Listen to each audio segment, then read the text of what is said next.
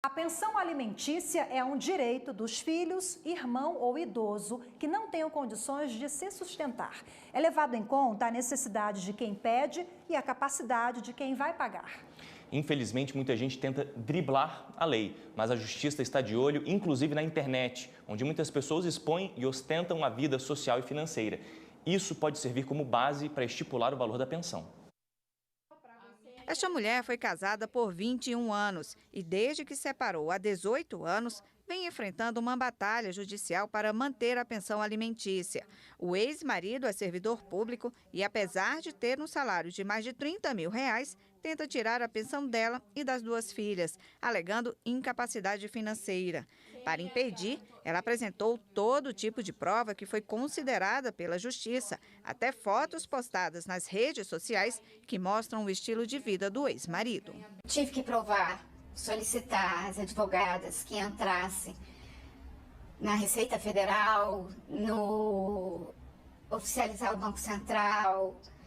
Ele estava sempre em redes sociais, viajando, postando os restaurantes, os lugares que frequentava.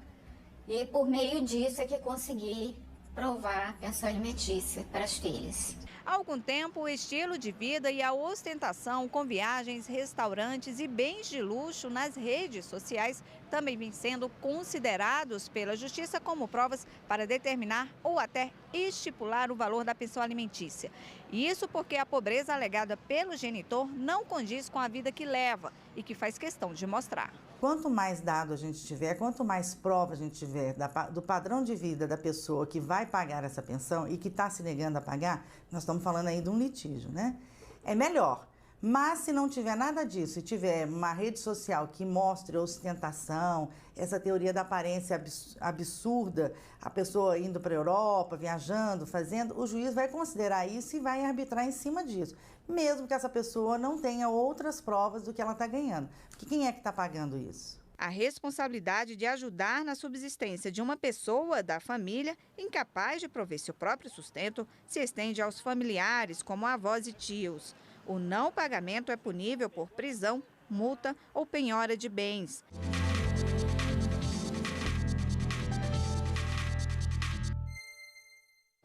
E para falar mais sobre o assunto, vamos conversar agora com a advogada Camila Miranda. Camila, boa tarde, seja bem-vinda ao jornal. Obrigada pela presença. Obrigada. Boa tarde.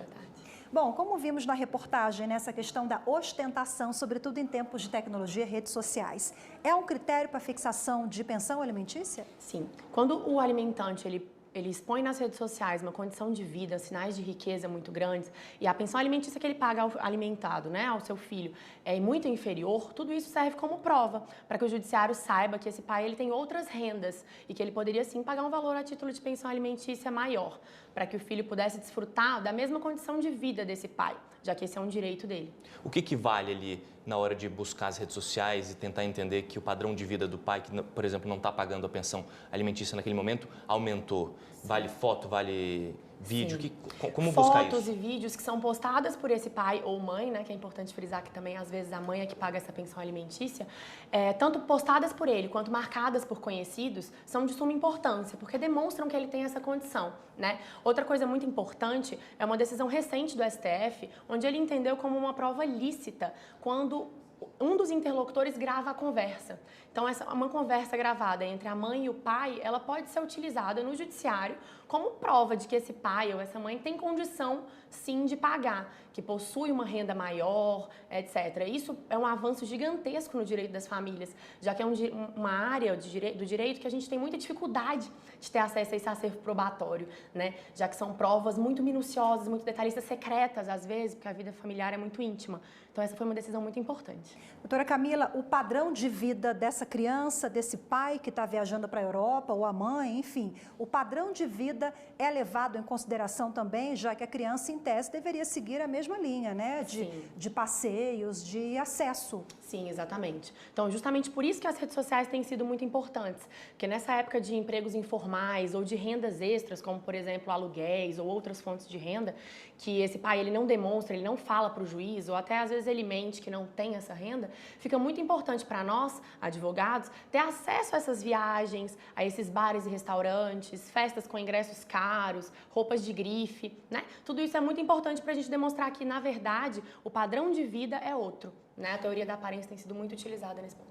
Agora, olhando ali as redes sociais, vendo viagens, fotos de restaurantes caros, como comprovar, de fato, esse orçamento que o pai ou a mãe tem e não querem passar para o filho? Como comprovar exatamente? É possível isso? Pela teoria da aparência, na verdade, as fotos que elas são postadas ou marcadas, elas já valem como prova. Então, quem apresentar isso em juízo prova de que ele tem essa condição. Vai caber ao pai ou à mãe alimentante provar que, na verdade, apesar dele demonstrar ter uma vida nas redes sociais, a vida real dele é outra. Ele cria uma vida fictícia nas redes sociais, talvez para demonstrar uma aparência, uma coisa que hoje é muito comum nessa era digital, né? Então vai caber a ele provar que, na verdade, ele demonstra ter o que ele não tem. Mas para ter uma noção, por exemplo, do valor que pode aumentar, e aí seria uma quebra de sigilo bancário e fiscal? Sim, poderia.